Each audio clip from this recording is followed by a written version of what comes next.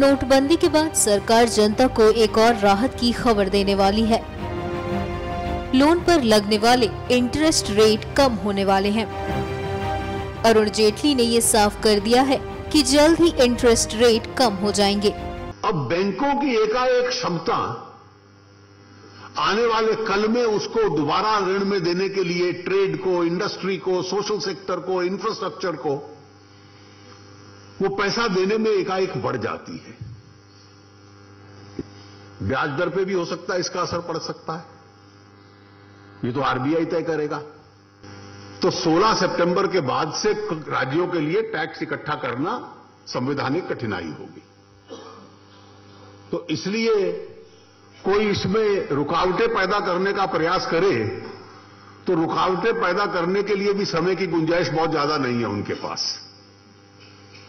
1 अप्रैल नहीं तो अंतिम दिन 16 सितंबर 2017 है।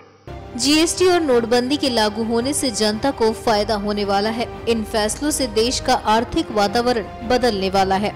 ये जो 2 कठिन निर्णय लिए जो कोई सरकार नहीं कर पाई, एक गुड्स और सर्विसेज टैक्स का, जीएसटी का, और एक इस करेंसी का, एक बार दोनों निर्णय पर्याप्त और पूरे हो जाएं,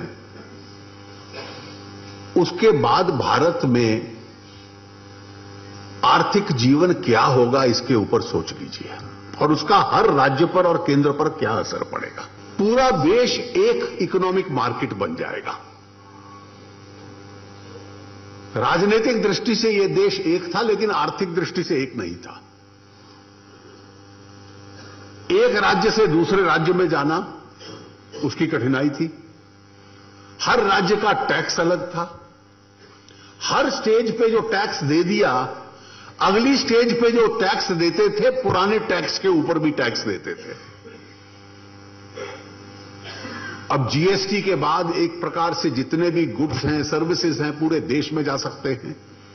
टैक्स जो दे दिया उसका इनपुट क्रेडिट मिलेगा, टैक्स पे टैक्स नहीं देना पड़ेगा।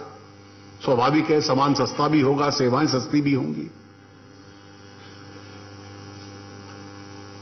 आज आप वैट के लिए इस अधिकारी के पास जाते हो, सेंट्रल एक्साइज के लिए इसके पास जाते हो, सर्विस टैक्स के लिए इस अधिकारी पे जाते हो, अलग अलग स्थानों पर जाके अपना असेसमेंट करवाते हो, अलग अलग विभाग आता है।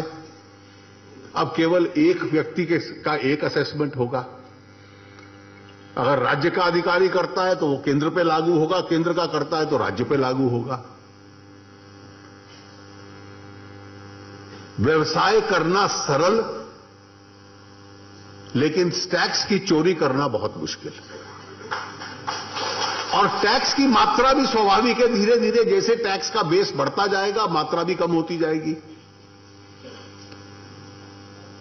और उसके साथ ये दूसरी व्यवस्था लागू हो जाए, जिस व्यवस्था का आप लाभ देखिए। और मैं मानता हूं कि इसमें सबसे बड़े समर्थन का कारण यह है जो करेंसी का कदम उठाया, कि पहली बार देश में ईमानदार व्यक्ति को लग रहा है कि ईमानदार होने का भी आज एक लाभ मिलने लग पड़ा है इस देश में।